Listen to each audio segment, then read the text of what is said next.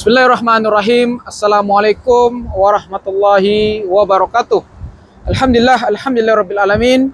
Wassalatu wassalamu ala asyrafil anbiya'i wal mursalin wa ala alihi wa sahbihi ajmain, amma ba'd. Alhamdulillah, pada petang hari yang penuh barakah ini, iaitu di tarikh 9 Mac 2026 bersamaan dengan hari ke-20 Ramazan 1447 Hijriah. Pada hari ini saya akan menyempurnakan amanah sedekah iftar sambil makanan, dan yang mana saya adalah perwakilan daripada Syarikat Ahaz Kurban Internasional, dan yang mana iftar pada hari ini kita akan agihkan kepada para pekerja-pekerja yang ada di kawasan Masjidil Haram, kawasan Makkah Al-Mukarramah.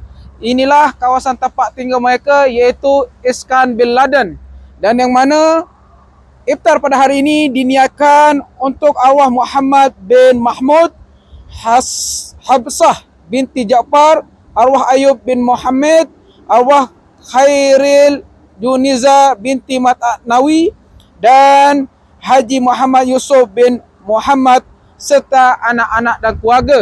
Dan itulah nama-nama penderma pada hari ini. Semoga apa yang disedekahkan ini terima oleh Allah Subhanahu Wa Taala dan diridhoi dan diberkahi, dan semoga menjadi penolong pada hari kiamat nanti. Dan semoga yang berinfak pada hari ini, pada di bulan suci Ramadan ini, semoga mereka semua selalu diberikan kesehatan, keafiatan, umur yang panjang, rezeki yang banyak, halal dan barakah, dan semoga keluarganya dijadikan keluarga yang sakinah, mawadah, warahmah, dan semoga anak-anaknya dijadikan anak yang soleh-solehah, hafiz-hafizah, dai-daiyah, dan membakti kepada orang tua, agama dan bangsa.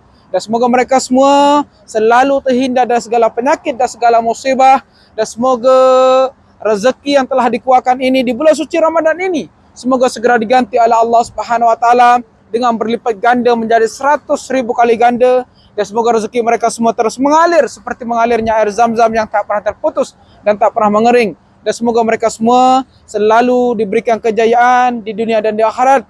Dan saya doakan dari bumi Makkah Al-Mukarramah untuk keluarga-keluarga yang tengah sakit, semoga Allah segera angkat penyakitnya, Allah bagi kesembuhan dan kesehatan seperti sedia kala. Dan saya doakan juga untuk keluarga-keluarga yang telah meninggal dunia, almarhum atau almarhumah, yang diniatkan atau yang dikhususkan untuk pahala semua dosa-dosanya diampuni oleh Allah SWT dan dijauhkan dari siksa kubur dan siksa api neraka, dan semua kuburannya dari raudah min riyadil jannah, itu taman dari taman-taman surga, dan semua kelak mendapatkan syafaat dari baginda Nabi besar Muhammad sallallahu alaihi wasallam, dan semoga tepatkan di surganya Allah SWT, itu Jannatul Firdaus. Amin amin ya rabbal alamin.